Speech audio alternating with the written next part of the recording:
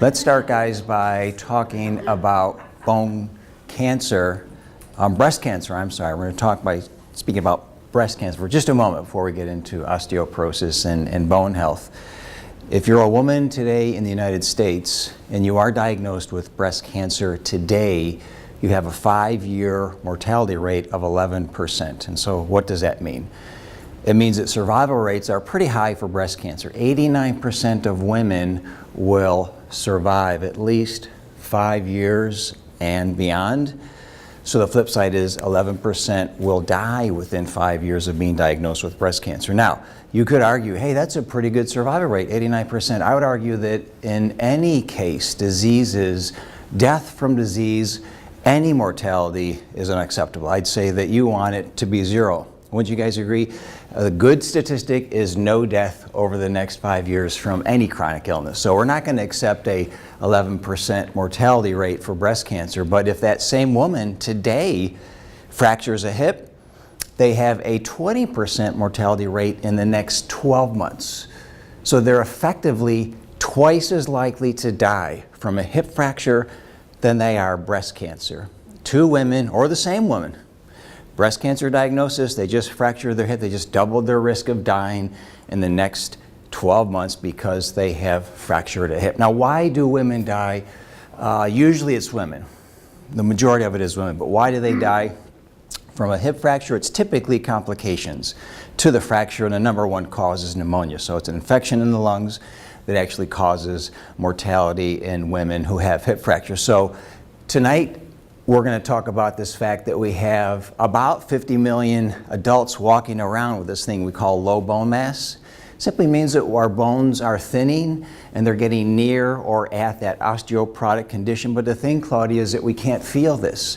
You don't see it, you don't feel it, you don't know it until you have a fracture, unless you're getting tests on a regular basis at certain thresholds. So what can we do about this? What can be done? Well, we're going to drill down on the fact that we all have our own natural bone building system within us. Early in life, our body starts to build bone. We're going to talk about how to access that bone building system and how to keep it on forever. It doesn't need to be switched off. It can keep going forever. And so we're going to talk about how we do that. And to do that, we'll talk about three things. We'll talk about this issue of bone turnover. Every day we're losing bone. Every day we're building bone. So every year or so we have a brand new skeleton. So this process of bone turnover is an important principle when we look at how we can actually maximize bone health. So we'll touch on that. We're also going to talk about what we call Wolff's Law. This is no relation to me, but a German physician back in the 1800s discovered that bones are highly connected to muscle tissue. So we'll explain why that's important when it comes to bone turnover. And then a study from the early 1980s that is called the Nautilus Osteoporosis Project. What does that have to do with keeping your bone building system on? And so with that information, Nancy will then give you two take-home recommendations. We're going to talk about this thing that some of you have heard about, muscle failure. What is it? Why go there? Why is it beneficial? And then how much protein should we be consuming to maximize the bone building benefits of our workout? So let's start by talking about bone turnover. As I mentioned, we're always losing bone and building bone. Same thing with our muscles. Every day we lose muscle and we replace it with new, fresh muscle tissue. So the cells that are responsible for bone breakdown are called osteoclasts. They're doing a process called bone resorption. They're literally dissolving your bones, breaking it and washing it away. But the cells that are responsible for building new bone tissue down, those are called osteoblasts. And so they're laying down new protein so that the bone mineral matrix can be formed. So we have this constant build up, tear down, build up. It's kind of like any community. If you go around, you see old structures being torn down, often new structures going up, sometimes replacing that old structure that was torn down. So it's an ongoing process. It's normal physiology, and it's necessary and healthy. So in simple terms, you get a fresh, brand new, shiny skeleton every year or so if you're healthy and you're doing the things you need to drive this process of osteoblasts, bone building, and osteoclasts, bone breakdown. Now, what this German physician discovered back in the late 1800s, his name's Julius Wolff, is that bones respond to the stress that they're exposed to. So if we, let's say, Don, we were able to take your femur out of your leg. I said, I need to borrow your femur, Don. I'm going to put it over here, and I'm going to put it into a vise. And we're going to crank that vise down, and we're going to put what's called compressive force on that bone. That stimulus, that force, wakes up these osteoblasts, and they say, what's going on here? This is stressful to our structure.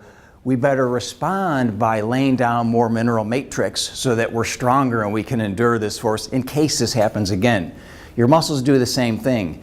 So Julius discovered that if we produce compressive force on bones, they get stronger. And in very simple terms, they get healthier. The number one problem that we see with bone health is this whole issue of fractures and broken bones and all the downstream side effects of that. So Dr. Wolff says, well, we know that bones adapt to this compressive stress, but he also realized that the biggest source of stress is our skeletal muscles. So when let's give you your femur back, Don, and we'll let you, but let's take Debbie's upper arm or humerus bone, and let's clip the bicep tendon at the bottom of her arm and see what happens. What we would immediately see is that bicep would sort of ratchet up like a shade would. If I pulled on a shade quickly and how it snaps up quickly to the top of the window, the same thing would happen. If you've ever seen anyone with a torn bicep, you'll see that the bicep goes up like this into a little ball almost. And so there's constant stress on tendons which attach the muscle to the bone. So the tendon and the muscle, think of it as a rubber band that we're stretching and then sort of taping to the bone. And if I remove that tape, it snaps back. So we call that recoiling of the muscle. So there's this constant stress from your muscles, David. And if I have bigger, stronger muscles, there's more pulling. And if I have smaller, weaker muscles, there's less pulling. So we can generate this 24-hour-a-day stress to your bones without having to jump off blocks, without having to go jogging. I mean, nothing wrong with jogging, but for a lot of us, that's very hard on our bodies for a lot of reasons, and one of those is our skeleton, of course. So muscle is highly correlated to bone osteoblast activity. Why? Because we're producing stress to the skeleton. And any structural protein like that responds by saying, let me prepare for the next stress. Again, this happens in all human organisms and any live organism, period. So, you with me so far? Bones adapt to stress. Muscles generate 24-hour-a-day stress on the bone. Bigger, stronger muscles create more pulling, more compressive stress. Smaller, weaker muscles produce less compressive stress. Now, we could do this, Claudia. We could say, hey, what also produces stress if I go up 4 feet and jump down on the ground and do, we might call that a box jump, that produces a ton of compressive force on the spine and the hips and the pelvis and so on. But what's the problem with that activity? If we said, pardon me? Injury. Yes, 9 out of 10 times you're going to have an injury in someone who's over 50. Now that's great if you're 20, 25, 30, you can get away with it. You're pretty much bulletproof. But even at 55 today, there's no way I can do a box jump like that without incurring multiple injuries to my back and my hips and my knees. So we have to find a way, Diane, to generate the stimulus, but to do it safely. And that is, of course, by making your muscles stronger. So we have this 24-hour-a-day automatic osteoblast stimulator switch going, okay? So Wolff's Law was just a discovery of normal human physiology that we weren't aware of. And you can read about it in any medical textbook, any physiology textbook, but it's an important concept in bone health. Now, it was 1983, and a group of scientists said, hey, we understand this Wolff's Law thing. We have women. They had a group of osteoporotic women. This was at the University of Florida School of Medicine. A group of osteoporotic women in Frank, and they said, well, let's strength train them, but the downside to strength training women with osteoporosis is their bones are fragile to begin with. So you can't say, hey, Frank, we got a great workout. You might fracture your hip during the workout, but we're going to try to make you healthy. That, of course, is a disaster in action for anyone. So you have to say, how do I strengthen the muscles, make them stronger to take advantage of Wolff's Law without killing them, literally killing them in the workout? So that's where this sort of project picks up. A group of scientists said, hey, let's play around with some different protocols and see what we can do. And they basically stumbled upon this slow motion training method, which is exactly what we use today. In fact, the birth of the 10-10, it's called super slow strength training. The birth of the 10-10 protocol, David, was at the University of Florida. From that came standardization around the protocol and the use of it throughout the United States as well as the world. And so the beautiful thing here is that they discovered that by moving almost, it is super slow. It's slow motion, isn't it? For those of us who do it, we know it. There's minimal velocity, Frank, so there's almost no force on the bone other than the fact that we're stimulating the muscles intensely as we move slowly. And that allows us to train, Claudia, without exceeding the fracture threshold. This is the sort of cut point where if you go above that fracture threshold, you essentially have a fractured bone at some level. And so we have clients who've shared stories with us about people who were working out and ended up with compression fractures and other fractures in their body because why? The workouts are exceeding the fracture threshold of the bone. So once you get to a point where you have lost a lot of bone, it doesn't take much to break a bone. It really doesn't. In fact, there's a term called fragility fracture, which simply means you could literally bump your shoulder against the wall and fracture your humerus because your bones are so brittle and thin. So the point being that this study basically in an attempt to say, let's get a safe way to train people, sort of was the birthplace of the 10-10 training protocol. And of course, that we do that today. As you know, we do that today. We all do that. We've also created recently some new techniques building on that, which I'll talk about, that are even safer than 10-10.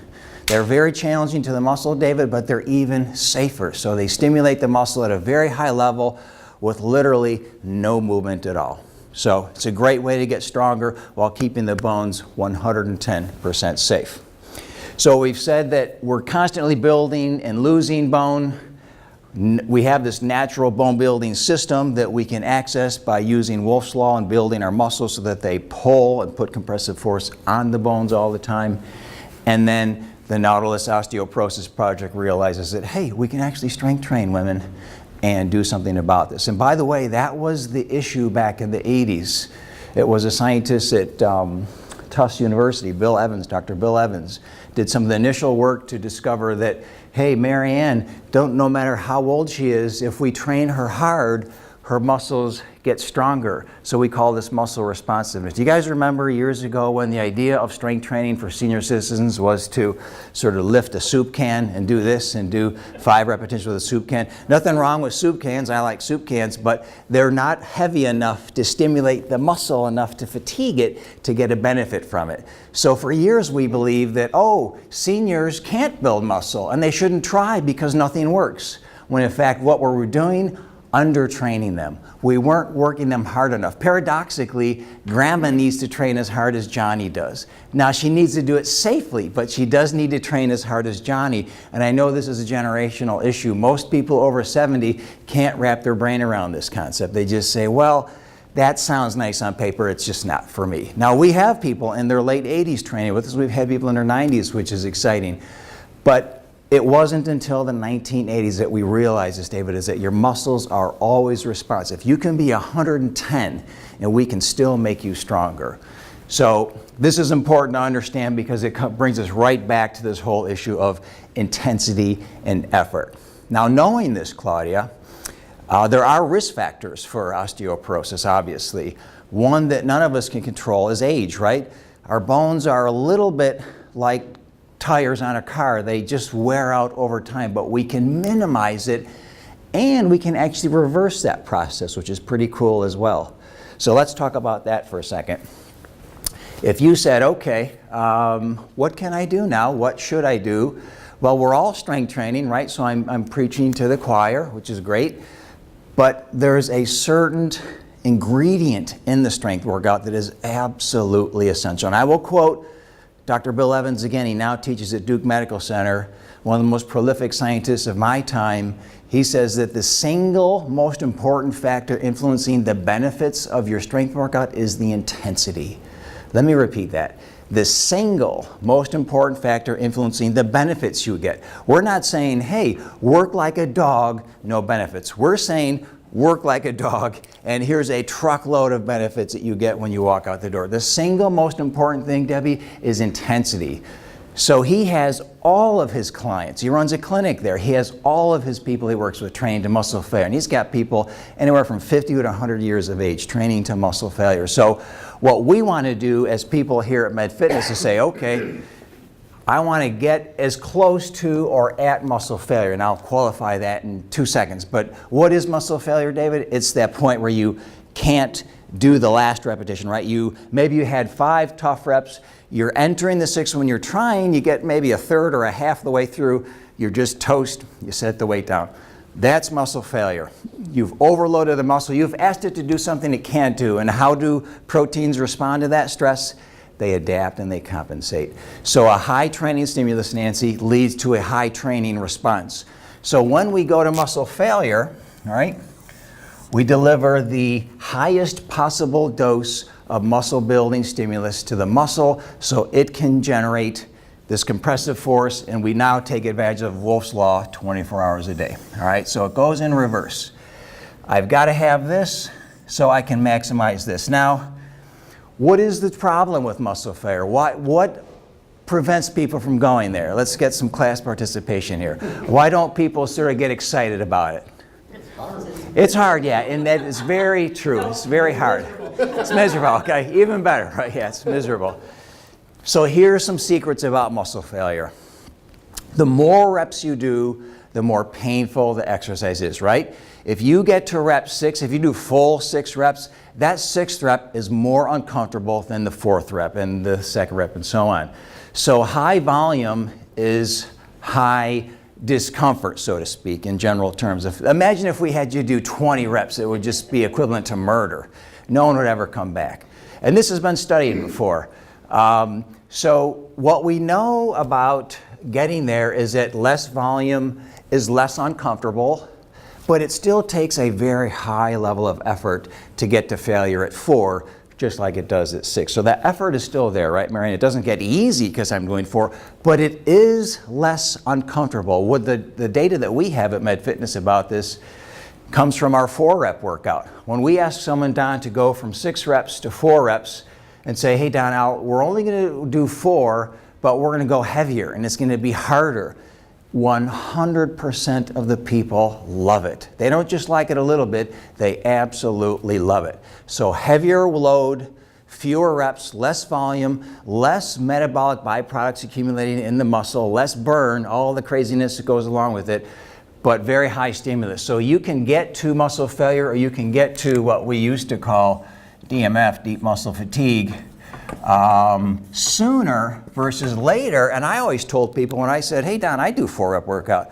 I just want the suffering to be done sooner. It's that simple. I'd rather be done at 4 than 6 any day of the week. So whether you have a personal preference to suffer more or not, that's okay. But this is a great way to sort of understand the value of muscle failure and the ability to train there based on how uncomfortable it is. Now, let's say someone says, well, there's just no way I can get to muscle failure. The first rep is hard and I just can't do it. I'm not going there. Don't sign me up for it. Well, that's okay. Here's how you want to view this. Each repetition you perform, whether it is failure or whether it's just that fatigue, you would say, hey man, I'm really fatigued, but I didn't hit failure. Each repetition you get that is uncomfortable is another bone stimulating dose of medicine. Just view it that way. If I say I had to access the medicine and the price is the discomfort of the movement, what it really is. I mean, everyone would do it if it wasn't uncomfortable. The price is the discomfort, David. If you can get maybe one more rep, if I said, hey, can you do one more? No, I can't do it. Let's at least try. You tried it and you got that last rep. That's another notch up of a higher dose of bone building medicine to you because you stretched a little further into that quote unquote discomfort zone. So even if you can't get to muscle failure, and some people can't get there, this is as much mental as it is physical, they just can't go there. Go as deep as you can, as far as you can with the discomfort, and this is all related, of course, to what we describe as mental strength, your just ability to tolerate uncomfortable sensations in the muscle.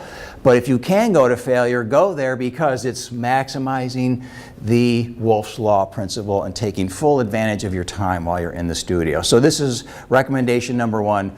Go to failure as often as you can and or go as close as you possibly can. Now, are we saying, hey, you didn't get there, you're a loser, so I'll see you later? Of course not. Still big benefits from strength training below failure. So I don't want to imagine that this is a black or white scenario. You know, we have a lot of people getting good benefits, not quite at muscle failure, but getting super close to it. But just understand, the closer you get, the better.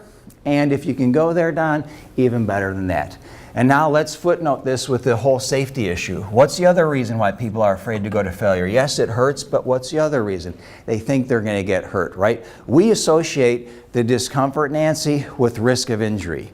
And now if you look at the world and look at people strength training, Frank, what you'll see is that people do get injured. And very often it's anywhere in the set. It could be early in the set, it could be late in the set, but they do get injured. And it's the number one reason why people stop is they get an injury when they strength train.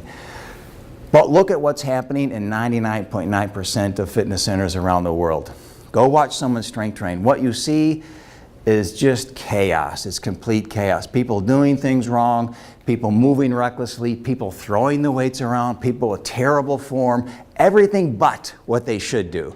So yes, injury rates are high in strength training, but 99% of the time, Claudia, it's because their form and their protocol is poor.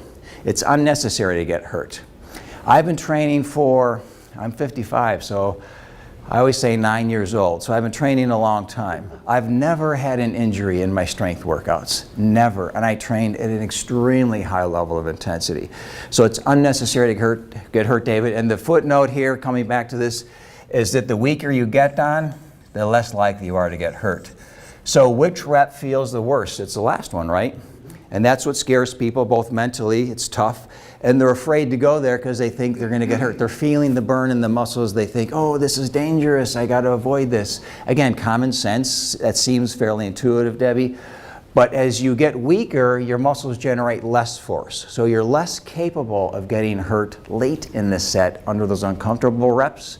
If you are going to get hurt, it's in the first 2 reps. If it's going to happen, that's when it's going to happen. If you get to rep 4 and you're still going, you may as well go to the cows come home, because those following reps are safer and safer and safer. Why? Because the whole muscle unit is completely warmed up.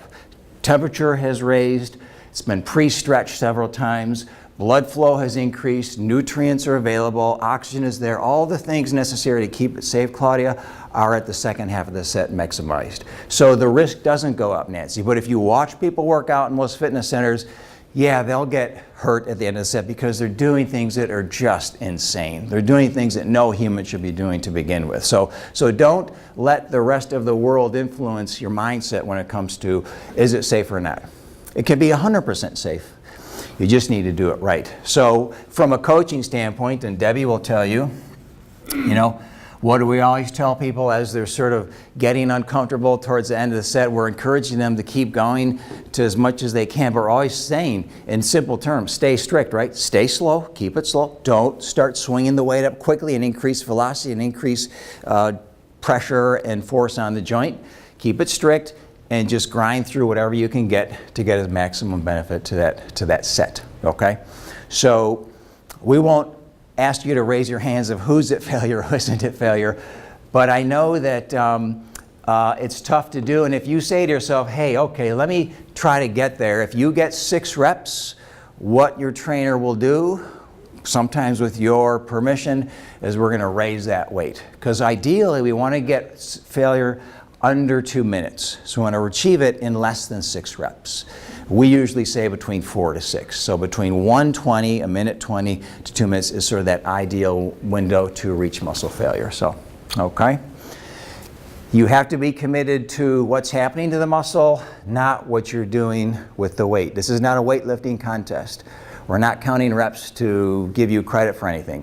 We're doing reps to arrive safely at muscle fatigue. So the objective is to fail safely, not just to check off that you did 6 reps and then move on to the next workout. It's not about doing reps. It's about doing things to your muscle that stimulate health benefits. Okay, so that's number 1. Reach muscle failure, or as close as you possibly can. And then we know through a lot of research, a lot of it was in the last 5 years here, Nancy, is that what we eat makes a difference. Your muscles are made up of what? They're made up of protein and water, right? So they're about 20% protein by weight. And we know that if we give our body more of the structural nutrients that it's made out of, it will grow more, particularly if I'm training this hard. So this increases what we call protein sensitivity. Let's say, Nancy, you never lifted weights before, right? You're just living your life, and you have a twin sister who's been strength training.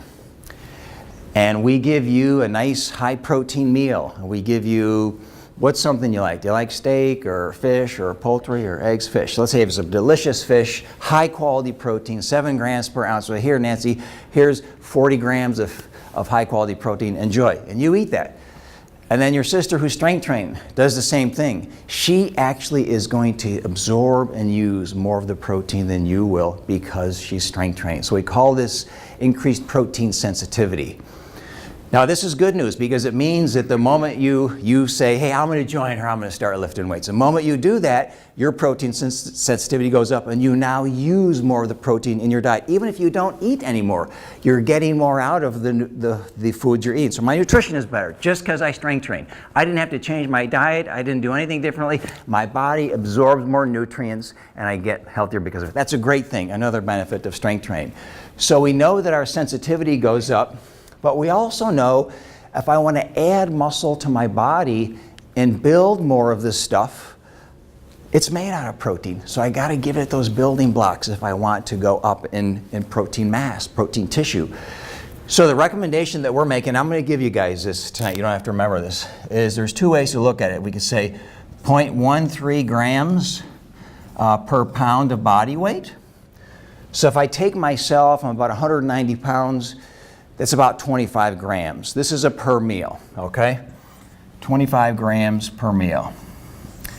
Now, is it okay to eat more than that? You can eat more than that, but this is really the point where we're ensuring that the protein is increasing the formation of new skeletal muscle. So below that, we're not optimizing that process, right? So at least 25 grams per meal.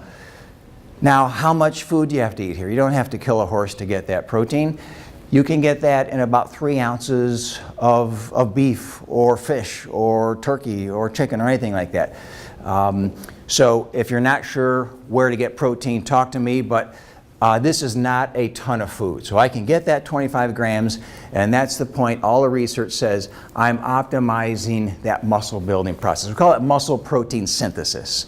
I mean, you've already invested in the workout, Don, so let's make sure that that meal is sufficient for protein to get good benefits out of that training session. Now this, again, as you're training hard up here, deep muscle fatigue, muscle failure, it's really what's driving this increased need for protein. We call that the training response. If you just never change your diet, David, and you just work out, you'll get benefits. There's clear benefits. But if I really watch my diet and be a little more careful about it, particularly protein, I can optimize that training response. So it's about getting more for the time you've already invested, Nancy, in that workout. What I see here, particularly for adults over 60, women more than men, is that they generally have at least 1 meal a day where they're really low in protein. Maybe it's breakfast, maybe it's lunch, maybe it's dinner. It sort of varies, but they usually have 1 or 2 meals that are decent for protein and one where they're just eating who knows what, but they're not getting any protein. So this is something you want to keep your eyes on. And when I'm saying per meal, I'm saying at least 3, but maybe 4. You could even throw a snack in there, because when we look at the evidence on total protein intake, the amount to optimize muscle growth out of this diet is really double the RDA. It's a big jump up. I know if you've attended my protein lectures in the past, I talk about this, and those videos are also available on our website if you want to watch them, but it is a big jump. The RDA is not designed to build muscle. It's not for people strength training. It's for people that are sedentary doing essentially nothing, which is really the average American. So, but you guys say, hey, I'm strength training, I want to get the most out of it, so I'm going to make sure I get a little more protein in my diet. Now, does this mean you should have a protein supplement? Maybe, but maybe not. You have to look at your own diet or have me look at your diet. But I use a little bit of a protein supplement to help me bump up my protein. It's a simple, easy way to get a little more protein without a ton of calories in very simple terms. So it just depends on what you're eating. Whole foods are always a good option for a lot of good reasons, but occasionally a protein supplement will help you get to that higher threshold without throwing a ton of calories into your diet at the same time. Okay? So we want to try to get to muscle failure. If you can't get there, get as close as you can. Each uncomfortable rep delivers more bone building medicine. It's a good way to sort of view that extra discomfort. If you can get to failure, Don, that is the ideal training stimulus. And yes, it is safe as long as you stay strict. We call it workout skills. You don't get sloppy at the end. You're going to be super effective over those last few reps in terms of stimulating strength gains. And then I need the protein to take advantage of that stimulus and get the full adaptation, so I take advantage of Wolff's Law. And so when knowing this, guys, at what point in life should we say, well, now I've arrived. Now I'm at the point where I'll just be resigned to whatever happens, happens, and we'll see how sick and diseased I can become. When should we embrace that notion?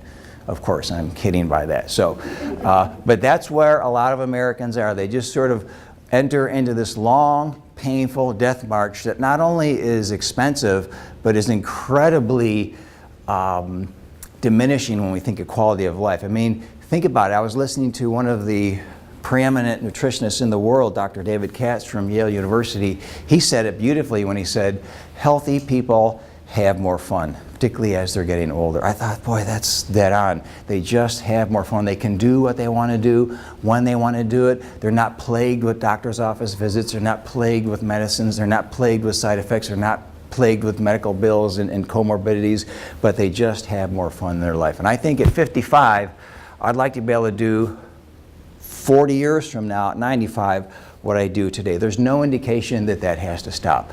But if we don't embrace some of the lifestyle medicine action steps, we may slide down that unfortunate slope. So on that note, I'm going to wrap things up. I have this on a handout for you guys tonight. I want to leave you with 2 quick points to wrap things up. One is that all of our lectures are on our website. So if you go to our Learning Center, and I'll give you the link in the handout, you can see all of our past lectures there. So those are a good resource to go back or to share or to learn more about a topic that you missed if you weren't able to attend a lecture. All of our articles are posted there as well as some other resources, a Wake from Home workout, our protein guide. So we really want that to be an online resource for you when it comes to your workouts, information, and learning and doing things. And the last thing is, for those of you who have watched me, you know that I do a daily 1-minute video. We call it Train Like a Champion. And the inspiration behind this 1-minute video, we're up to day 845, I think, something like that, is simply to give people a nugget of education and inspiration every day. There's a lot of things that can get in the way, Claudia, of living a healthy lifestyle.